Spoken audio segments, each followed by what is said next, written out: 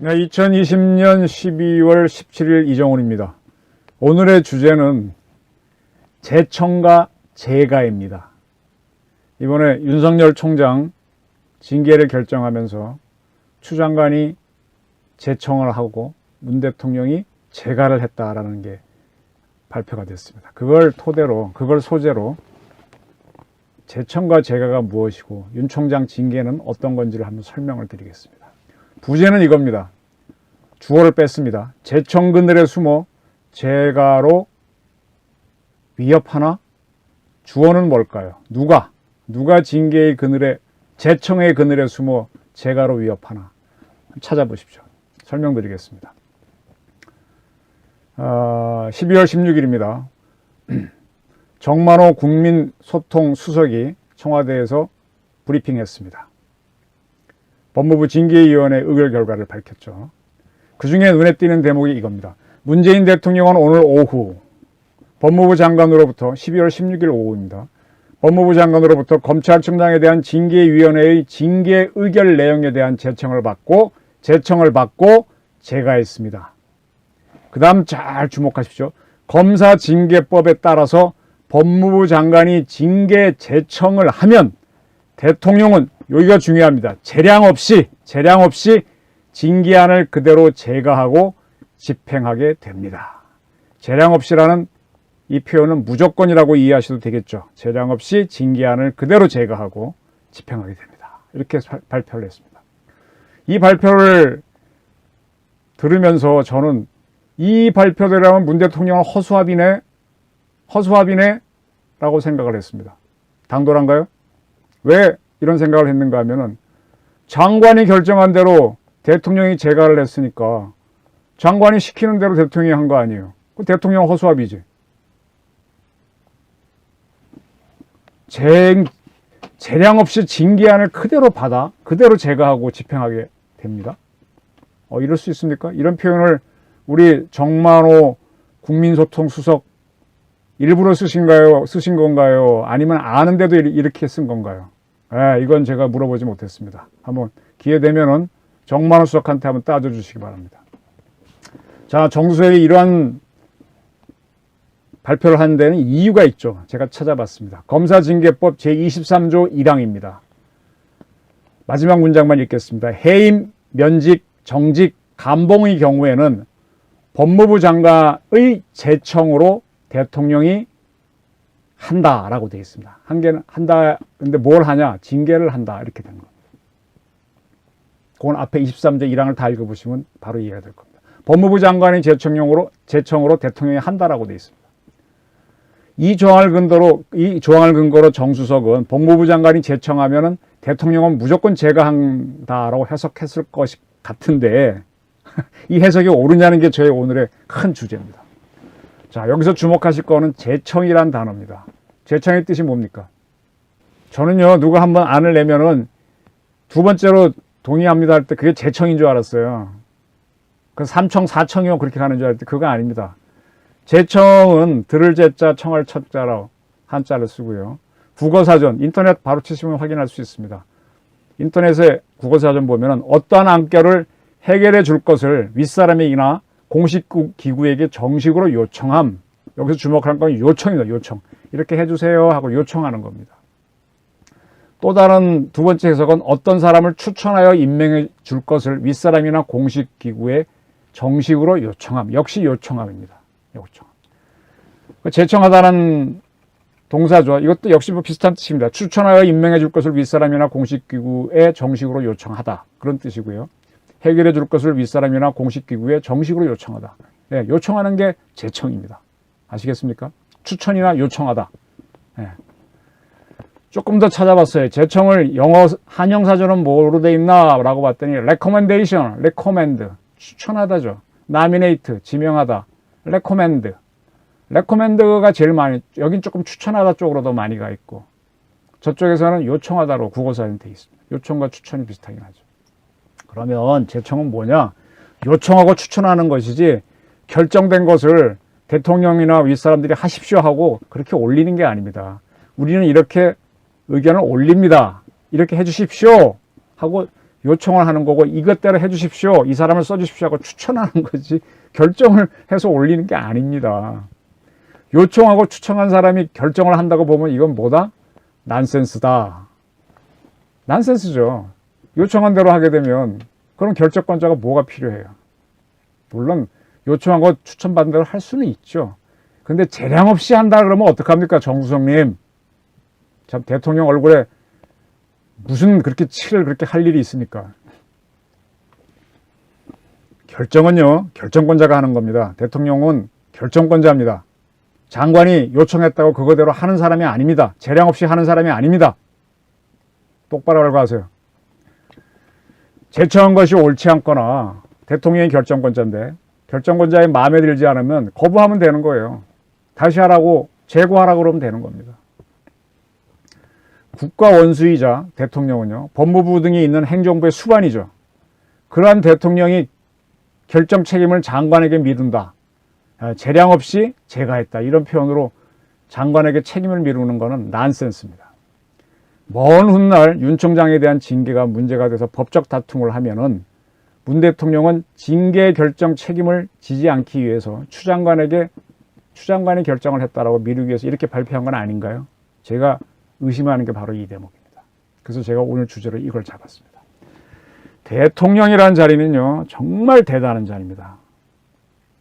다 대통령한테 물어보고 승인받아서 할 수밖에 없습니다. 우리는 이미 전두환, 노태우 두 대통령, 전직 대통령한테 포괄적 뇌물죄를 적용한 사례가 있습니다. 네, 대통령이 돈을 안 받았더라도, 본인은 안 받았더라도 대통령 주변 사람한테 줬으면 대통령한테 준 거라 다름없다라고 이미 해서 유죄를 때린 적이 있고요. 탄핵된 박근혜 전 대통령에게도 이 포괄적 뇌물죄를 적용시키고 하려고 하다가 마지막에 안 한 적이 있습니다. 이 정도로 대통령은 큰 자리인데 왜 윤 총장 징계에 대해서만은 문 대통령 책임을 빼려고 합니까? 정수석. 답변하실 수 있어요? 조금 보충 설명을 드리겠습니다. 자, 장관이 제청한 거를 대통령이 거부할 수 있냐, 다시 해오라 할 수 있느냐 살펴보겠습니다. 우리나라에서 굉장히 센 기관 중에 하나가 군이죠. 군의 인사를 다루는 군인사법 제19조입니다. 참모총장 등을 임명하는 것을 담고 있습니다. 그 1항에는 뭐 이것저것 있는데 핵심은 이겁니다. 국방부 장관의 추천을 받아 국무회의 심의를 거쳐 대통령이 참모총장을 임명하고 해병대 사령관은 해군 참모총장의 추천을 받아 국방부 장관의 제청으로 대통령이 임명한다라고 되어 있습니다. 네. 분명히 여기에도 장관이 추천하거나 제청을 해서 대통령이 임명한다라고 되어 있죠. 그죠? 그 다음에 또 이런 내용도 있습니다. 20조인데 거기에는 이제 각군의 참모차장, 전투를 주된 임무로 하는 부대의장, 육군 같으면 1, 2, 3군, 지금은 이제 지작사령관이죠. 육해 해공군의 작전사령관, 이런 게 이제 주요 전투를 주된 임무로 하는 부대의장, 특전사령관, 이런 사람이 될 겁니다. 이러한 지휘관들은 국방부 장관은 제청심의위원회 심의를 거쳐 제청하며 대통령이 임명한다. 예, 역시 아까 검사징계법과 똑같이 장관이 제청하며 대통령이 한다라고 되어 있습니다. 여기는 이제 앞에서는 그냥 한다고 여기는 임명한다라고 되어 있습니다. 네. 그러면 우리나라 군인사에서 국방부 장관이 제청한 거를 우리나라 대통령들이 100% 다 받아줬습니까? 살펴보겠습니다. 제 전공이니까 자신 있게 얘기할 수 있습니다. 지금 문 대통령이 민정수석을 할 때입니다. 노무현 대통령 시절이죠. 그때 문 대통령이 민정수석으로 있던 노무현 대통령의 청와대는 육군이 만들어서 그때 국방부 장관, 이름 얘기 안 하겠습니다. 그분이 제청한 육군 장성 진급자 명단을 제가 하지 않았습니다. 바꾸라 그랬습니다. 네. 재량 없이 제가 하지 않았습니다. 넣어 그랬습니다. 그래서 그때 구체적으로 말씀드릴게요. 국방부 장관이란 분하고 차관이란 분이 육군에 가서 특정 지역을 거론하면서 거기에 누구누구를 진급시켜라. 이 사람 이름 빠졌다. 집어넣어라. 그러니까 육군에서는 그렇게는 못한다. 대통령이 재가를 안 하시고 거부하셨으면 우리가 잘못한 걸 수가 있으니까 진급심사를 다시 열어서 그 사람들이 들어오면, 진급 대상자로 들어오면 다행이고 아니면은 뭐 그만이다. 그렇게 하겠다 그랬더니 아니다. 이 사람만 이름 집어넣어라 그랬더니 못한다고 옥신각신 싸웠어요. 그때 국방부 측에서는 명단만 바꾸라 그랬더니 못한다. 그렇게 하면 불법이다. 진급심사에 다시 열어 진급할 수 있는 사람인지 심사를 해서 통과되면 얻겠다. 이렇게 싸웠습니다. 싸우니까 그게 문제가 됐어요. 그래서 그때 육군 참모총장이 박근혜 정부에서 국정원장 지난 남재준 씨, 지금 감옥에 가 있죠. 7년형인가 이 정권이 때렸죠. 그분은 콜을 했어요. 그래서 이 양반이 갑니다. 가고 이제 노무현 대통령이 둘이 만났죠. 이 둘이 만난 건 어떻게 하느냐? 아, 참, 그 기자의 비밀인데 말은 안 하겠습니다. 그때 노 대통령이 내가 군 통수권자인데 왜 내 말 안 듣나? 두 분 나이 비슷합니다. 그때 남재훈 총장이 웬만하면 기가 죽을 텐데, 그건 맞지만 준장 진급 인사는 진급심사위원회가 하도록 위임돼 있다. 군인사법에 따라. 그리고 심사의 결정이 틀리지 않고 그 결정된 거를 국방부 장관이 제청했다면 인정을 해 주셔야 한다. 대통령께서 인정이라고 하는 거는 아까 승인이라고 하는 건 제가라 그랬죠. 그렇게 못 하시겠다면은 특정인 누구누구를 진급시키는 도록 인사안을 바꿔오라고 하지 말고 다시 진급심사위를 열어서 청와대가 요청하신 분들이 들어오면은 다행이고 아니면 말고 그렇게 해서 올리도록 해야 됩니다. 이렇게 설명을 했습니다. 대통령께서는 승인할지, 즉 제가 할지 여부만 결심하시면 되지 누구를 집어넣어라 마라 이렇게 하시면 안 됩니다고 대답을 하니까 이제 그 심각해졌죠. 정면으로 반기를 든 거죠. 둘이 이제 씩씩거려서 이제 뭐 했던 모양입니다. 노 대통령이 좀 죄송합니다. 돌아가신 분인데 담배 많이 핍니다. 담배를 딱 빼무는데 이 또 남 총장이 또 담배 애연갑니다. 혼자 담배 피니까 냄새 땡겼는지 저도 하나 주십시오 그랬더니 노무현 대통령이 상당히 인간적인 분이에요. 하고 또 빼줍니다. 둘이 맞담배를 핍니다. 대통령 앞에서 맞담배 피기 쉽지 않은데 둘이 맞담배를 피는데 대통령 만나러 가게 되면 이 위험물은 다 빼고 가잖아요. 총은 당연히 내려놓고 가고 제가 알기로는 라이터도 뺐고 담배도 내려놓고 가는 걸로 합니다. 그래서 하나 얻어 피면서 빡빡 피면서 둘이 뭐라고 했겠죠. 그러다가 기싸움 하다가 노 대통령이 알아들었습니다. 법률가니까 오케이 알았어 당신 말이 맞소 해서 육군이 결정한 대로 진급자가 결정됐습니다. 자, 이것이 우리 육군 장군 진급 심사 역사에서 육군 안대로 대통령이 재가를 한 유일한 경우입니다. 대부분의 경우는 다 빠꾸되고 대통령이 지시한 대로 바뀌었습니다. 재량 없이 제가한 사례가 없습니다. 숱하게 빠꾸됐습니다. 문재인 정부 장군 짐사 몇 번 했죠. 장선 14. 빠꾸된 적 많습니다. 요구한 적 많고요. 그때마다 누가 개입했다? 민정이 개입했다. 민정수석. 근데 윤 검찰총장 징계권은 아까 정수석이 그랬죠. 제청을 하면 대통령은 재량 없이 징계안을 그대로 제가하고 집행한다. 이렇게 말을 했으니 속아 웃을 일이죠. 저도 웃습니다. 문 대통령은 추 장관이 제청한 걸 거부할 수 있습니다. 그렇다면 그렇게 거부를 하셨으면은 법무부는 다시 징계위 열어서 의결하고 장관은 그걸 다시 제청하면 됩니다. 제청 안 하고 다시 또 열게 하든지. 대통령은 그걸 보고 결정을 하시면 돼요. 안 하시면 다시 또 하라 그러면 되는 거고. 네. 이게 정답입니다. 근데 왜 국민소통수석은 저런 발표를 합니까? 국민 호도하지 마십시오. 법을 빙자해서 딱 이야기한 것지만 이거는 법을 악용한 사례입니다. 경고합니다, 제가. 자, 또 하나 얘기 드리겠습니다. 법무부 징계위원회는 9명의 징계위원으로 구성됩니다. 그리고 예비위원 셋을 두게 돼 있죠. 검사징계법 제18조를 보게 되면은 위원회는 출석위원 과반수의 찬성으로 징계를 의결한다고 되어 있습니다. 7명이 다 참석했으면 4명이 찬성해야 결정이 되는 겁니다. 징계가. 그죠? 4명. 그런데 이 10조를 보게 되면은 이 위원회는 위원장을 포함해서 과반수 이상만 출석하면 열 수 있습니다. 과반수가 7명에서 과반수면 4명이죠. 4명 이상 참석하면 징계를 열 수 있어요. 근데 윤석열 총장 징계회 때는 딸랑 4명만 참석했습니다. 그죠? 그리고 거기에서 과반수가 참석하면 결정이 됩니다. 과반수가 몇 명입니까? 2명이면 과반수가 아니죠. 부결되는 겁니다. 3명이 나와야 되죠. 3명이 같은 의견을 내줬습니다. 근데 거기에 유일하게 현역 검사로 징계위원이 된 이가 신상식 대검 반부패 강력부장인데, 그 사람은 이 징계위원회에서 윤 총장에 대한 혐의를 인정하지 않았습니다. 그리고 징계를 결정하는 표결에 기권을 했습니다. 그러면 검사가 아닌 3사람의 징계위원만 표결을 해서 결정이 된 겁니다. 그럼 3사람이 동의한 거죠. 그러면 이게 뭡니까? 아까 징계위가 제대로 구성돼서 7명이었으면 3사람이 동의한 거는 부결되는 거예요. 참 창피하죠. 요걸 딸랑 내들고 그걸 제청을 하고 대통령이 재량 없이 제가 한다라고 해서 발표를 한 겁니다. 청와대가. 저는 상당히 초라하다고 봅니다. 제 표현이 과한가요? 과한가요?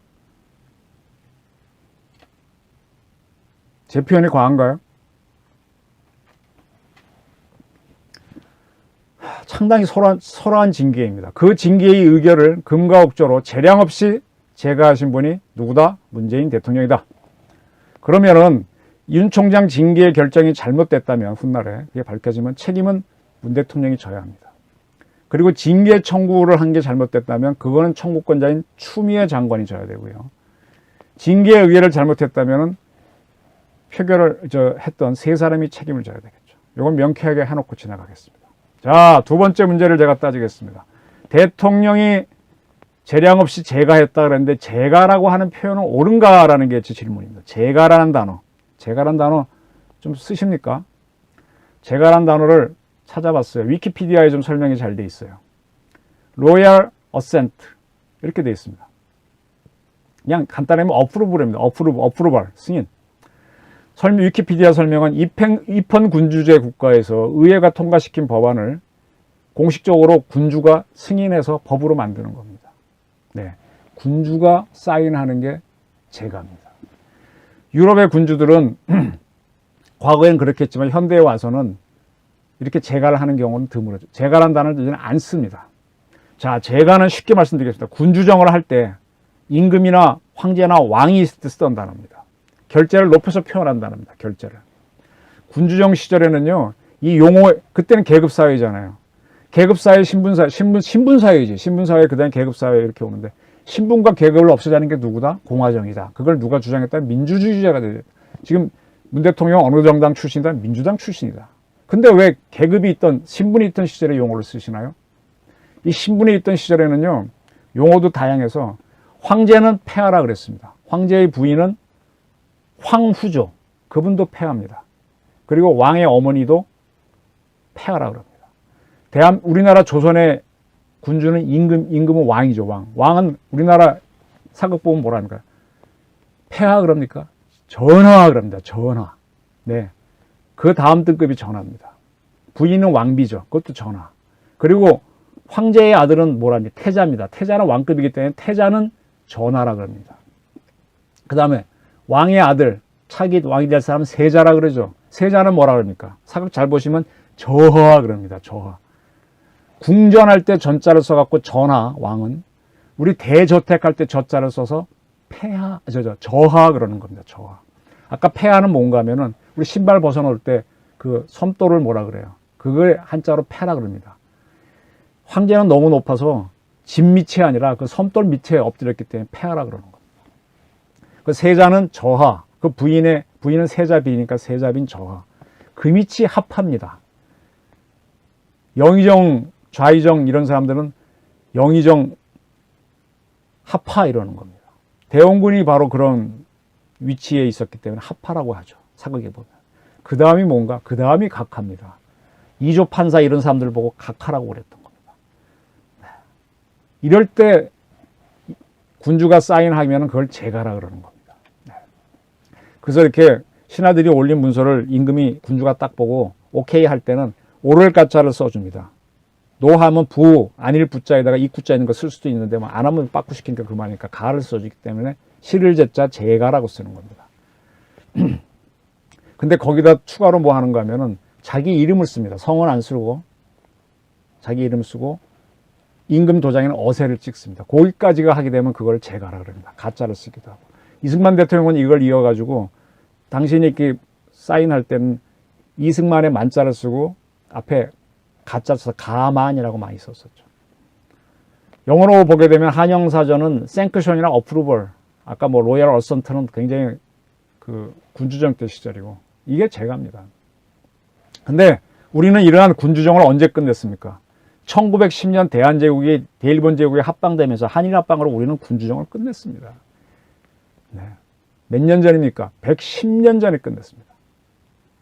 그리고 그 다음에 이제 일본의 식민지를 있었으니까 그렇다 치고, 그럼 48년도에 대한민국 정부를 세웠어요. 공화정으로 확실하게 왔죠. 그로부터 지금 72년이 지났습니다. 근데 왜 제가란 단어를 쓰나요? 우리가 1919년 3.1 운동하고 나서 1920년 공화정을 하자면서 대한민국 임시정부를 만들었습니다. 임정을 만든 걸 19년으로 보는 사람, 20년 보는 사람, 뭐 여러 갈래가 있는데 좋습니다. 20년으로 보게 되면 벌써 100년입니다. 100년의 공화정을 역사를 가진 대한민국이 왜 아직도 대통령이 서명하는 거, 승인하는 거는 그것만은 왜 제가라고 합니까? 그것도 역시 결재, 승인 이렇게 하면 되는 거지. 지금 군주정 아닙니다. 아까 제가 폐하는 판서급에 붙이는 거, 2조 판서 이런 데 붙이는 건데, 그게 대통령한테 붙이는 우리나라 호칭이 됐었어요. 우리 옛날에 이승만 대통령 각하, 박 대통령 각하 이랬었죠. 그 각하도 권위주의적이고 군주적 냄새가 난다고 해서 없어지게 한 게 누구냐? 노태우 대통령이 공식적으로 못 쓰게 했습니다. 밖에서는 못 쓰게 했어요. 근데 청와대 안에서 썼어요. 그 청와대 안에서 쓴 각하란 단어를 없앤 사람이 누구다? DJ 김대중 대통령입니다. 대통령님으로 해라. 네. 이렇게 우리가 군주정 잔재를 없애고 공화정으로 왔는데, 17대 이명박 대통령은요, 그냥 대통령으로만 호칭하게 했습니다. 님자도 그것도 과공이다 이거예요. 대통령 자체가 높임말인데 님을 또 붙여요. 님님이지 그건 님님. 그죠? 그래서 군주정 용어를 이 제가 같은 걸 쓴다면 차라리 우린 대통령을 문재인 대통령 각하 아니면 폐하라고 하는 게 나아요. 그래서 지금은 이제 제가란 단어 쓰지 맙시다. 우리 정수석도 썼고 언론도 모르니까 썼는데, 제가 오늘 확실히 말씀드립니다. 앞으로 그냥 결재했다라든지 승인했다 이렇게 하십시오. 대통령이 서명했다, 네. 쫙 사인했다 그러면 되는 거죠. 자, 문재인 정부는 민주화를 한다고 했지만 아직도 이렇게 제왕적 요소를 갖고 있습니다. 추장관 사의 표명으로, 근데 이제 분명히 해야 되는 건 추인관이 사의를 표명했으니까 윤 총장 징계권은 지금까지는 추윤 배틀이었는데 이제는 문재인 대통령하고 윤 총장 간의 싸움이 됩니다. 이거를 청와대는 부인하고 있습니다. 12월 17일 도하 언론 보도입니다. 청와대는 윤석열 총장이 바로 징계가 떨어지니까 행정소송을 제기하기로 했습니다. 제기한다고 했습니다. 여기에 대해 청와대에서는 뭐라고 설명했냐. 익명의 사람이 나와서 윤 총장 측이 행정소송을 제기하더라도 입장을 낼 필요는 없다고 본다. 윤 총장 측이 행정소송을 제기할 경우 피고는 대통령이 아니다. 피고는 법무부 장관이다. 거듭해서 청와대가 입장을 낼 필요는 없는 것 같다라고 했는데, 이건 청와대의 희망사항이고요. 윤 총장 측이 소송을 걸면은 문 대통령은 피고가 됩니다. 왜? 결정을 했으니까. 본인이 제가 했다 그랬지 않습니까? 정수석이 밝혔잖아요. 국민소통수석이. 문서도 분명히 있고. 그리고 검찰 징계법 쭉 보게 되면 이거는 결정을 누가 한 거다? 대통령이 한 겁니다. 그리고 윤 총장 측은 소송을 통해서 대통령의 피고가 당연히 상대방이니까 피고란 걸 실증해낼 겁니다. 자, 이렇게 되면 제왕적 문 대통령은 법의 심판을 받는 존재가 됩니다. 이게 굉장히 중요한 겁니다. 자, 검찰개혁을 한다면서 문 정권은 윤 총장 찍어내기를 했습니다. 이건 시사적인 용어입니다. 법률적인 용어는 아니고 모든 언론이 찍어내기라고 표현했습니다. 그 덕분에 찍어내기를 하는 건 이거는 법을 무시하고 마구 하는 행동이죠. 언론은 그렇게 표현했는데, 그 덕분에 소송이 걸려갖고 제왕적 대통령인 문 대통령은 법의 심판을 받게 됩니다. 행정소송 때문에. 지금 청와대 측은 우리는 피고가 아니다 하는데 피고가 될 겁니다. 자, 문 대통령이 추진한 검찰개혁은 어떻게 될지 몰라도, 어떻게 될지 공수 때문에 어떻게 되겠죠. 그건 예측하기 어렵지만, 대통령의 통치도 법의 테두리 안에서 해야 된다는 것을 행정소송을 통해서 입증이 될 겁니다. 이게 대한민국에 큰 영향을 끼칠 겁니다. 이제 대통령의 제왕적 통치가 법의 심판을 받는 거죠. 당신이 이렇게 하는 게 법이 어긋났어 하면 이게 무효가 될 수도 있는 거죠. 처벌받을 수도, 그건 앞으로 이제 별도로 소송을 형사로 가야 되니까 별건이겠지만, 네. 이게 대한민국을 법치국가로 제대로 된 국가로 만들 수 있다는 겁니다. 자, 검찰개혁 문제를 다시 한번 봅시다. 2019년 7월 25일 문 대통령은 윤석열 씨를 검찰총장에 임명하면서 살아있는 권력에 대한 엄정한 수사를 해라라고 당부했습니다. 이게 문 대통령이 얘기한 검찰개혁이겠죠. 근데 이게 잘못됐으니까 2020년 1월 2일 추미애 법무부 장관으로 임명하면서 문 대통령은 검찰개혁을 부탁했습니다. 그럼 문 대통령이 생각한 거는 살아있는 권력을 엄정히 수사하는 게 아니란 얘기네요. 논리가 그렇잖아요. 제가 말장을 하는 것 같은가요? 이건 청와대가 답변해야 됩니다. 자, 이제 검찰개혁 운운에 왔는데 그걸 통해서 완성하고자 하는 검찰상이 무엇인지 문재인 정부는 대답해야 될 겁니다. 살아있는 권력을 엄정히 수사하는 게 검찰개혁의 목표였느냐. 그게 잘못됐다고 검찰개혁을 추미애 장관한테 부탁을 했으니 그러면 살아있는 권력을 엄정히 수사하는 게 검찰개혁이 아니란 얘기냐. 이 대답을 해 주셔야 됩니다. 대통령이. 그리고 이제 대통령은 장관이 제청한 것이니까 나는 재량 없이 따라했다라는 그런 식으로 숨지 말고 제청의 그늘에 숨지 말고 앞으로 당당히 나오시라. 그래서 제가 아까 제청의 그늘에 숨지 말고 그다음에 제가라는 어마어마한 단어를 써서 겁주지 말고 그런 겁주는 위협하는 대통령 되지 말라는 얘기입니다. 그리고 대통령께서는 헌법과 법률이 위임해 준 것에 따라 그 틀 안에서 통치를 하셔야 됩니다. 이제 그 재판이 행정소송을 통해서 하나씩 실현해 갈 겁니다. 검찰개혁도 역시 법과 헌법의 테두리 안에서 해야 됩니다. 제가 오늘 드린 말씀은 제청하고 재가를 통해서 대한민국이 어떻게 아직도 민주주의를 제대로 못하는 나라인가를 설명을 드렸습니다. 한번 제 설명이 좀 의심스러우면 인터넷 한번 다 확인해 보시고요. 그리고 대한민국이 뭐가 잘못되어 있는지 생각을 한번 해보시기 바랍니다. 그리고 문정권 사람들이 법을 탁 핑계대고 탁 들어오는데 거기에 교묘한 사자가 껴있다는 걸 아셔야 됩니다. 여기에 국민 여러분들이 속아 넘어가고 있습니다. 언론도 법을 정통하지 않으니까 속아 넘어가고 있고요. 제대로 아는 법률학자들은 입을 꽉 다물고 있습니다. 이게 대한민국의 비극입니다. 그러니까 제왕적 통치를 할 수 있는 거고 저 정권에 있는 운동권 386들은 자기 마음대로 대한민국이 어떤 나라인데 북한이 핵을 가져도 된다는 얘기를 감히 국회의원 따위가 합니까? 그게 어떻게 대한민국 국회의원이 될 수가 있어요? 응? 이런 나라는 만들면 안 됩니다. 한번 제 설명이 틀렸는지 맞았는지 한번 다 확인해 보시고요. 국민 여러분 또 스스로 판단력을 갖춰주시길 바랍니다. 들어주셔서 감사합니다.